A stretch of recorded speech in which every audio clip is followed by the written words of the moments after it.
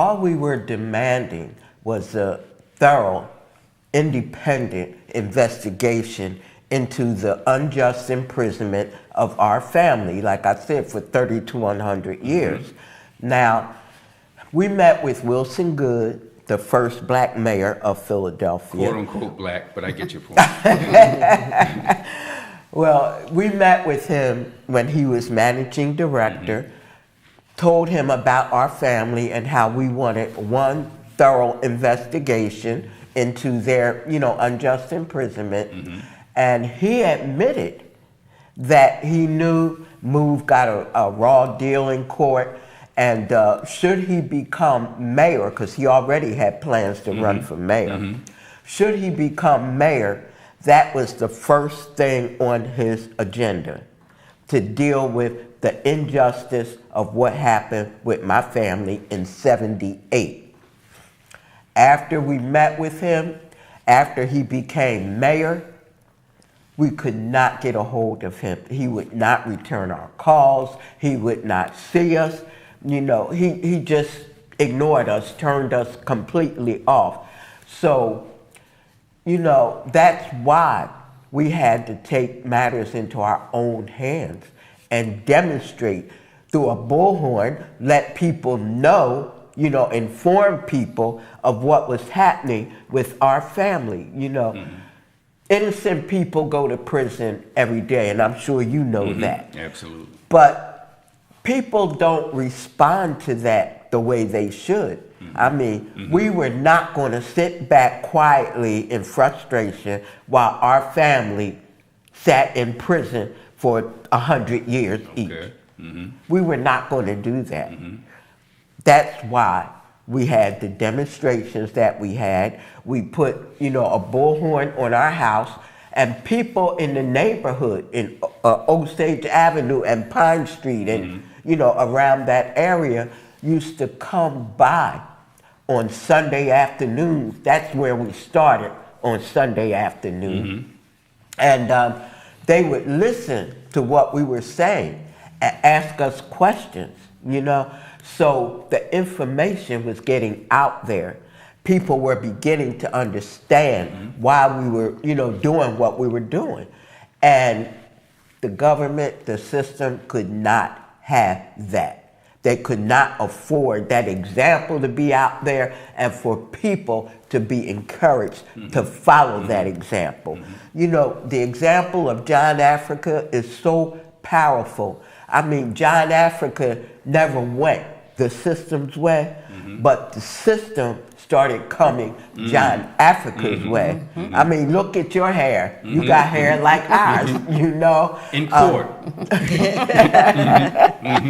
John Africa told us, when people start making fun of our hair, don't worry about it. Before you know it, a lot of people are going to be wearing their hair like this. Celebrities, famous people, and what do you see today? You see celebrated football players with locks hanging under their helmets. Absolutely. Absolutely. You see actors and actresses, all kind of famous people wearing their hair in locks. So what John Africa taught us came to fruition. Now, the same with natural childbirth. John Africa taught Move women, encouraged Move women to have their babies naturally. No other species of life take their babies or go to a hospital to have their babies. They give birth naturally. Now the system is encouraging that. Move people breastfeed our babies, because none of the processed food that you can buy in the stores is as healthy and strong enough for a baby like mother's breast milk. So John Africa initiated that, set that example, and now people are starting to follow it. The system is telling people breastfeeding your baby is the best thing. John Africa coordinated a raw food diet. Now, when that people first found out about that, they were like, Raw food. You can't feed your children raw food. It'll make them sick, et cetera, et cetera, et cetera. But now, it's obvious through our children and through us that raw food makes you strong, that it's the best food for you, and you don't see any other form of life cooking their food. They eat it the way God intended. And the main thing that John Africa taught us is the reverence for life, the coordinating force of life, Mother Nature, our mama, nothing would be here. We would not be here. There would be no life without our belief, without Mother Nature. I mean, she's the force that moves the water to keep it from stagnating. She's the force that moves the air to keep us able to breathe it. She's the force that coordinates you to go to sleep despite how much you want to stay awake, and wakes you up. That force is coordinated by nature, by mama. So she's the force that pushes food up through the ground to feed us, to feed all life. That's what John Africa taught us to revere, and to look to, That's why we're still in move today. I said earlier before we started this interview that I'm looking at you all and you have not given up the fight. You're still here and you keep fighting. Those who just tuned in and who are listening in, who are watching us, we are here. I won't call it the 40th anniversary because anniversary sounds like a commemoration. Commemoration is the perfect word. Exactly 40 years ago, the city of Philadelphia dropped a bomb on a black residential neighborhood and incinerated 61 homes and murdered 11 human beings, including babies. That's why we're here. And Ramona, you were bringing us up by saying that wasn't where it started. It started with the protesting about the injustice of your family getting up to 100 years for a crime they didn't commit. Very quickly, if anybody else can talk about why you say this was a crime they didn't commit. As far as I can tell, ballistics proves your point, that the officer who was killed in a way where those facing him could not have and done below him in the basement. Explain that. In 1978, we had a confrontation with the police. It was we call it a shoot-in, which it was because they were the ones Not that were a shooting. shootout, but a shoot-in. A shoot-in, that's what it's called. Okay. So, 3 o'clock in the morning, over 600 cops came out to our house with heavy-duty weapons, military weapons, machine guns, deluge tanks, everything that they used in war that they came out to our house with to evict us out of our house. They wanted to move. We were in our different family unit houses, and we all, at the time when they came, they started knocking down our fence, tearing our house down on top of us. So all of us came down to the basement. And when we came down... This was like a battlefield in wartime. Exactly. Michael, here's what I heard. When I was up in my room, I heard... Whoosh, whoosh, whoosh, whoosh. It was like the pant leg of all the cops that was out there, like marching down the street together. Ooh. When I looked out the window, all I saw was cops. All I saw was weapons. All I saw was them like bringing tanks and things in. That's all I saw. I looked out there and I immediately got my stuff and went to the safest place that I felt was to the basement. When I got there was some people there. Later on, more people came down there. So as the day went on, tearing down our fence, tearing the windows out, knocking the house down on top of us. Everybody's in the basement. Everybody's in the basement. Animals are in the basement. Then they turn on this water hose, this deluge, it's called a deluge gun. Cannon, a deluge cannon. People remember in the civil rights movement how the cops and the fire department would turn the water hoses on the protesters. You're saying that they were flooding the house with those water cannons. They were flooding the basement with those water tanks. I mean, this went on for a long time. There's footage of it. There's footage of it. For those who don't know, we're not talking about minutes. We're talking more than hours. Oh, no. Those was hours. Hours. Absolutely. Because I was Please standing continue. up, and I'm 5 feet tall, and the water was up to here on me. That's Almost 5 feet. You could have drowned in I it. could have drowned it. The children could have drowned it, but the thing was, after they started pumping in all that water, they sent smoke bombs in there.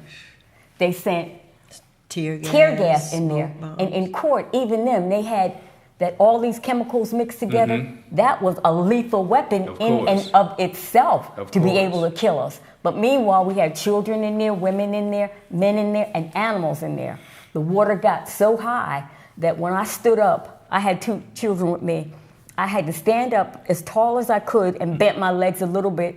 And the children, one child stood here and one child stood here, while the water was up to here on my neck to keep them above water so they wouldn't drown. Then they started shooting. They sawed a hole from the first floor to the basement, pointing their guns down on us while we was in the basement. One was right in your face, wasn't it, Eddie? Then after that, they started shooting rounds of bullets in our house. We had cement pillars that you could actually see where the bullets was doing like that, chipping off pieces of the cement. And we just stood there. After the smoke, water, that lethal mixture got so heavy, it's like I was losing my breath. My eyes was burning, my ears was burning, my nose was burning, and I felt like I was doing like that and taking my last breath. When I felt like I was taking my last breath, Michael, the air cleared. I mean, it seemed like I could breathe. I looked around, it was still smoke. Meanwhile, don't forget, y'all, there was babies in that How basement. many people were in the basement? There at was the time? actually 12 adults in that basement, but 9 of us we'll talk about that later. But at the time, when they shot the bullets in the house, you could just feel the vibration. They were the water pressure was so high and so heavy. The wood from our fence, which were 6 foot railroad ties, was shooting inside that front window. So that should tell you how much pressure was in with that. Then they started shooting rounds and rounds of ammunition into our house, nonstop. Then they stopped. When I felt like the air was clearing around me and I could breathe again, then it stopped. And we started to go out the house. One of our brothers hollered out, "The women and children are coming out." When I turned around and looked over, the stairs that was leading from our basement to going upstairs were charred. You couldn't even go up the stairs. So I climbed out the front window to get out the window. Before I did, I put the babies that I had on my legs out. Do you know in court they had the nerve to say that I was using the babies as shields to protect me from getting shot? Meanwhile, they shooting in there trying to kill them. So when we get out, we don't even know anything about this cop until we get taken down the roundhouse. When they took me out the basement, they roughed me up, handcuffed me, shackled me, and threw me in a paddy wagon, took the 2 children away from me, just snatched them. I don't know what happened to them. When I got down to the roundhouse, I still didn't know what was happening, who was alive and who was dead, because all that was happening, I just knew some of my family had to be dead based on what they was doing. So later on, as time went on, I heard more move people, and I felt relief because I knew they hadn't been dead.